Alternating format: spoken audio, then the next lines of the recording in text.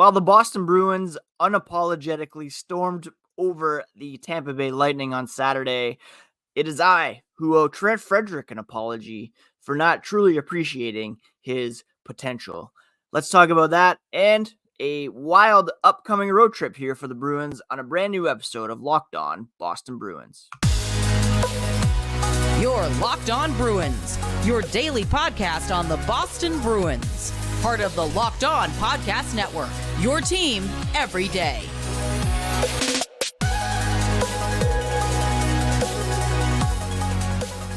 What is up, Bruins fans, and welcome back to the Locked On Boston Bruins podcast. I'm your host, Ian McLaren, and this is a daily show where we discuss all things Spoked Beat. Today is Monday, January 8th, and I want to thank you so much for making Locked On Bruins part of your daily routine, free and available wherever you get podcasts, including YouTube, part of the Locked On Podcast Network, your team every day. And today's episode is brought to you by Gametime. Download the Gametime app, create an account, and use code LOCKEDON for $20 off your first purchase. I hope you all had a fantastic weekend. Back to normal up here as school's back on, back to work, and the NFL regular season has wrapped up. It's time to focus right on our Boston Bruins, and that's what we're going to do today. Quick reminder, you can find the podcast on social media at Locked NHL Bruins. You can find me, my dad jokes, and hockey thoughts at Ian C. McLaren. Now, let's begin with a mea culpa. I'm acknowledging that I did something wrong, and I'm apologizing for it. And that something is not quite appreciating the potential that is actualizing right in front of our eyes here in the form of Boston Bruins forward Trent Frederic. Freddie's red hot, and he scored 2 goals against the Tampa Bay Lightning in a 7-3 victory on Saturday night. He included 3 hits, 3 shots on goal in 16 minutes and 44 seconds of ice time. And he's developed into that power forward that the Bruins envisioned when they selected him 29th overall in 2016.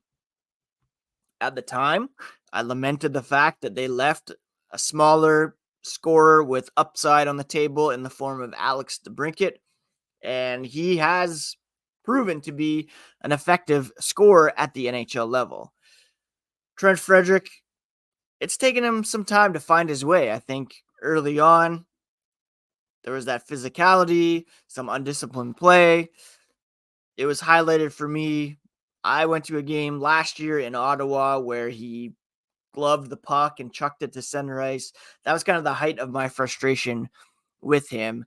But he is emerging as a bona fide scoring threat for this team and a good mix of physicality, scoring, and defensive responsibility in his own zone as well. Right now, he's projected to record 26 goals and 19 assists for 45 points this season.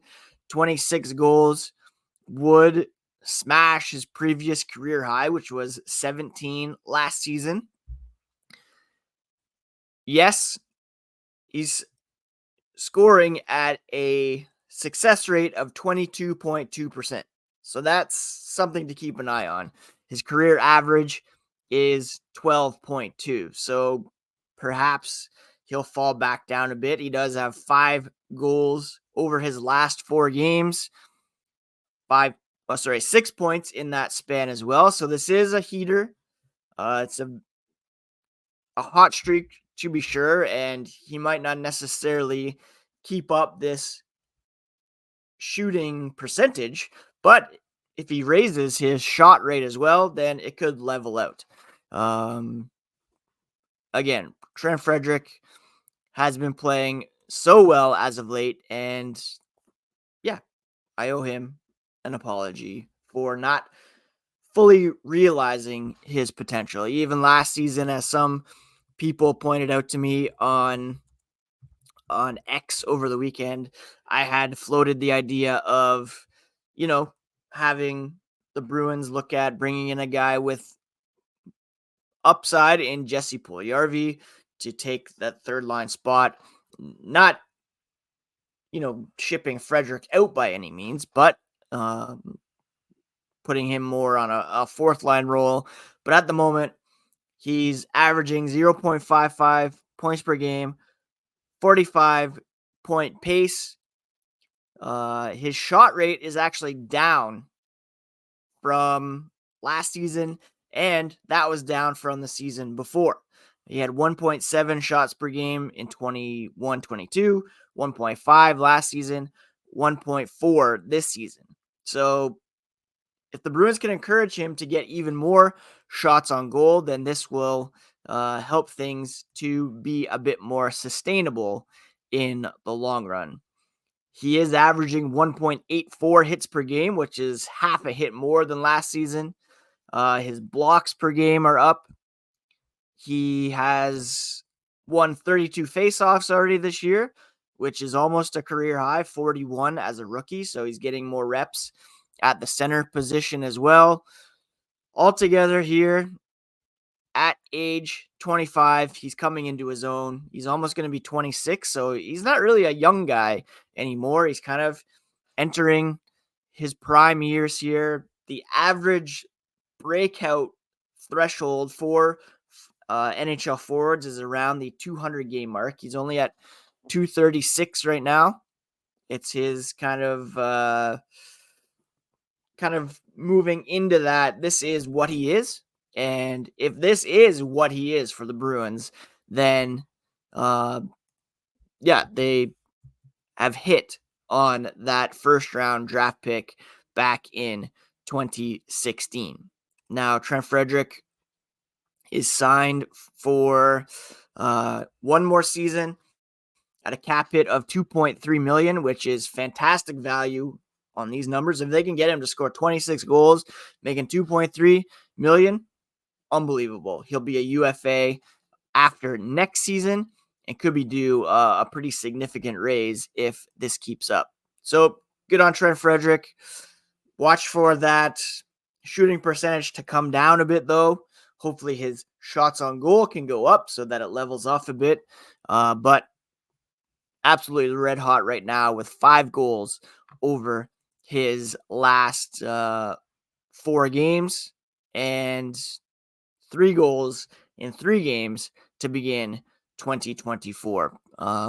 Could not be any hotter right now. And there's a couple other guys who were big contributors in the game against the Tampa Bay Lightning. And we will discuss those here as the podcast continues.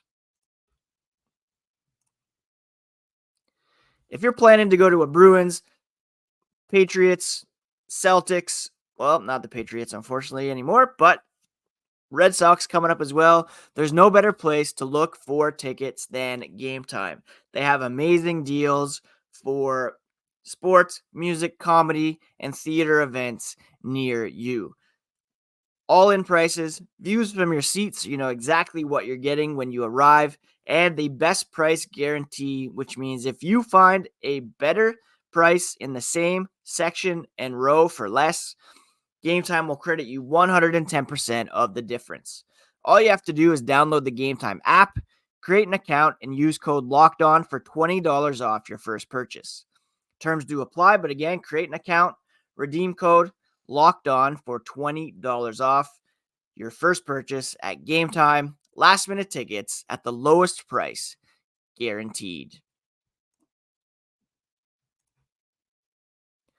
Thank you so much once again for making Locked On Bruins part of your day. Free and available on your favorite podcast app and on YouTube. And speaking of YouTube, Locked On has launched the first ever national sports 24/7 streaming channel. Locked On Sports Today is here for you 24/7, covering the top sports stories of the day with local experts, plus national shows covering every league. Go to Locked On Sports Today on YouTube and subscribe to the first ever national sports 24/7 streaming channel. All right, there were some injuries or at least one injury that popped up prior to the Lightning game, and that was James Van Riemsdyk. He's considered day-to-day, and we'll see if he's available later on for tonight's game against the Colorado Avalanche. Thankfully, Matt Poitras made his return to the lineup, coming back from playing for Team Canada in a disappointing effort for the nation, but fairly solid for him overall, considering it was a last-minute decision. He got there, didn't have as much practice time with his mates as others who had been through the whole training camp.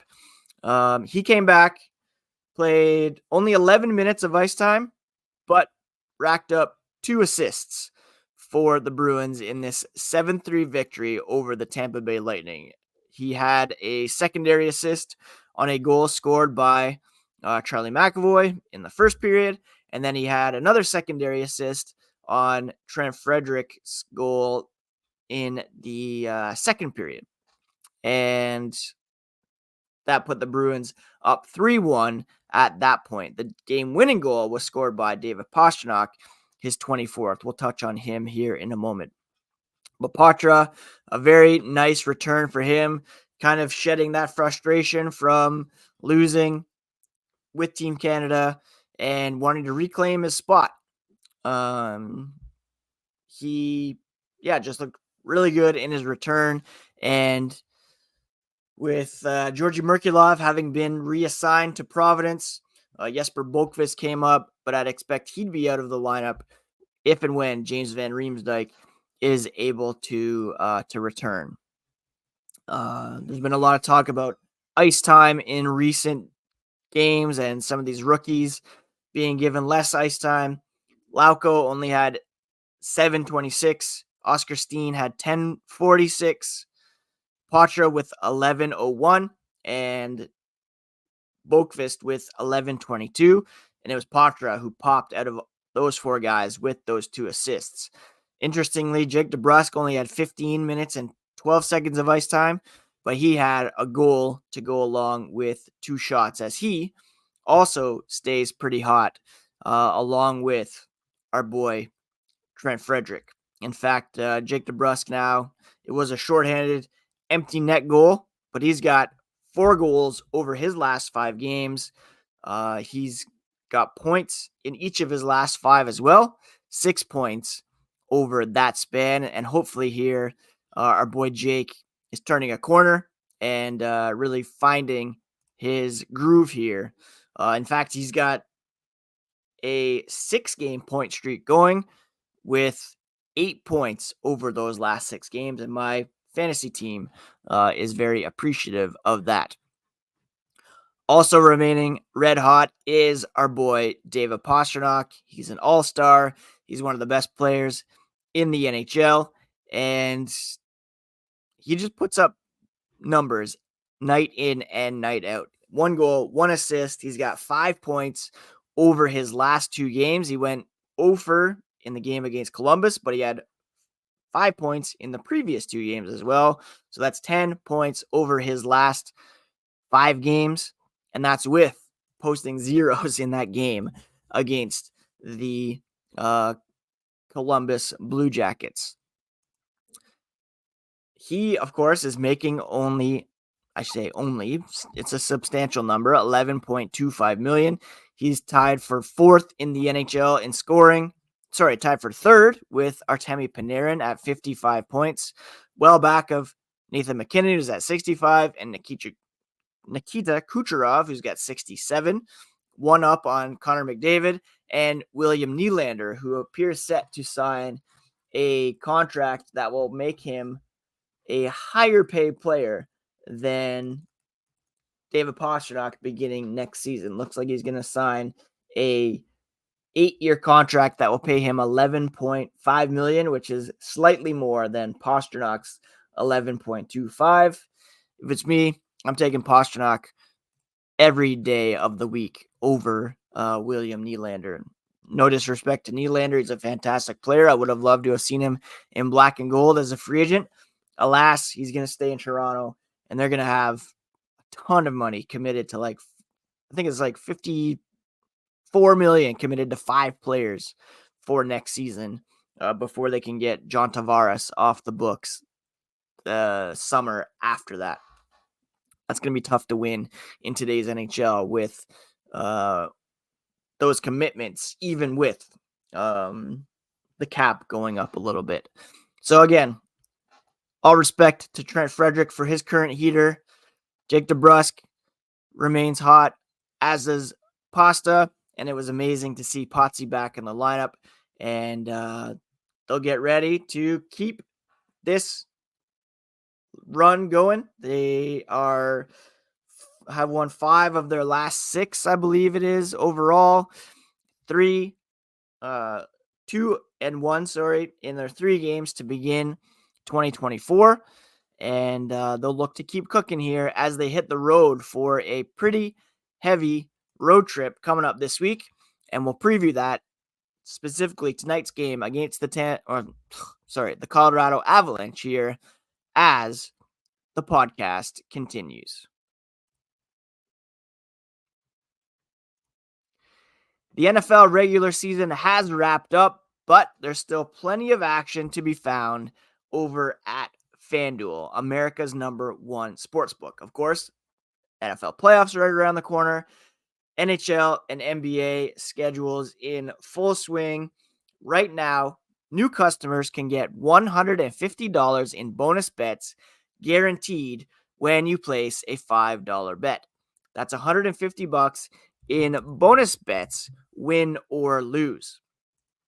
And there's so much to be found over at FanDuel, including live same-game parlays, a new Explore tab, and a Parlay Hub, which is the best way to find popular parlays. You can also do over-unders on tonight's Bruins Avalanche game, which is set at 6.5. So get in on the action right now with FanDuel. Go to FanDuel.com/lockedon to make your first bet a layup with FanDuel, the official partner of Locked On and the NFL.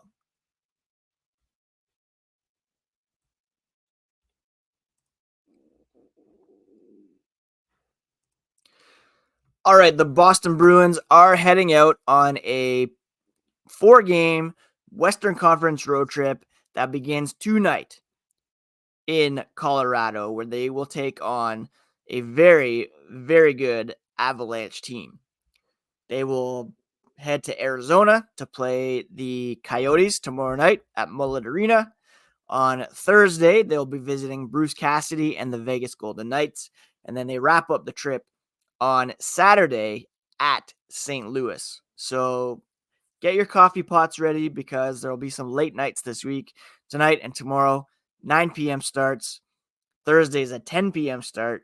And then Saturday in St. Louis, a bit more reasonable at 8 p.m. Let's look specifically at tonight's contest, and it will be a tough one for the Bruins. It's only one of 4 games on the schedule, and the marquee matchup of the night for sure.